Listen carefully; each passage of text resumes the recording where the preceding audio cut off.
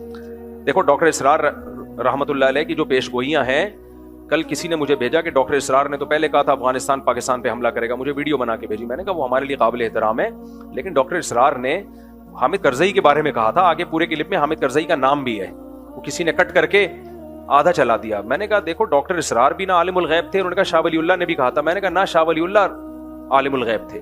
یہ پیش گوئیاں ایک اندازہ ہوتی ہیں، صحیح بھی ہو سکتی ہیں، غلط بھی ہو سکتی ہیں، ان پر ایسے ایمان مت لے کے آؤ جیسے ہم قرآن و سنت پہ ایمان لاتے ہیں۔ میں بھی ایک اندازے سے بات کر سکتا ہوں کہ یہ ہو جائے گا، یہ ہو جائے گا، لیکن وہ نہیں ہوتا، بعض دفعہ ہو بھی جاتا ہے، بعض دفعہ نہیں بھی ہوتا۔ تو بعض باتیں ڈاکٹر اسرار نے کی تھی وہ نہیں ہوئی پوری، وہ انہوں نے کی تھی لیکن نہیں ہوئی پوری، بعض کی ہیں جو ہو گئی پوری۔ تو انسان کو انسان رہنے دو، اس کو پیغمبر بنا کے بزرگ، ایسا بزرگ بنا کے کہ وہ پیش گوئیاں کر رہے ہوتی چلی آ رہی ہیں، یہ مت کرو یہ کام۔ لوگ کہتے ہیں وہ تو حدیثوں سے پیش گوئیاں کر رہے ہیں، حدیث سے پیش گوئی ممکن ہی نہیں ہے، کیونکہ حدیثوں میں کسی چیز کا ٹائم مینشن نہیں کیا گیا ہے۔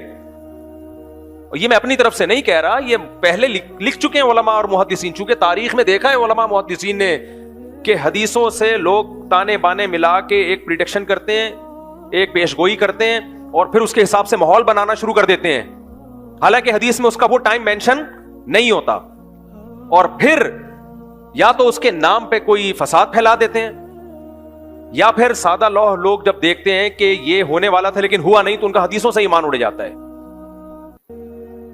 تو اس لیے یہ جو بھی اس طرح کے اسکالرز گزرے ہیں، یہ ہیں اسکالرز ہی، ان کی بات کو پتھر پہ لکیر سمجھ لینا۔ اس کی مثال ایسے جیسے ڈاکٹر اسرار نے پیشگوئی کی تھی کہ گریٹسٹ اسرائیل بنے گا،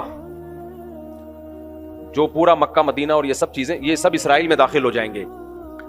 ان کی نیت پہ ہمیں کوئی شبہ نہیں ہے، انہوں نے اچھی نیت سے ہی کہا، لیکن یہ بات غلط ہے۔ اگر آپ نے مان لیا نا کہ گریٹسٹ اسرائیل بنے گا، تو یہ امید کی بات ہے یا مایوسی کی بات ہے؟ مایوس۔ اس کا مطلب پھر وہ چھوڑ دیں، جو وہاں مزاحمت کر رہے ہیں وہ چھوڑ دیں مزاحمت، جب بنے گا تو کیا ضرورت ہے کرنے کی پھر؟ تو ڈاکٹر اسرار صاحب کی نیت اپنی جگہ، لیکن انشاءاللہ نہیں بنے گا، کسی کا باپ بھی نہیں بننے دے گا ان کو۔ یہ اسٹائل ہونا چاہیے۔ کیسے بنے گا بھائی؟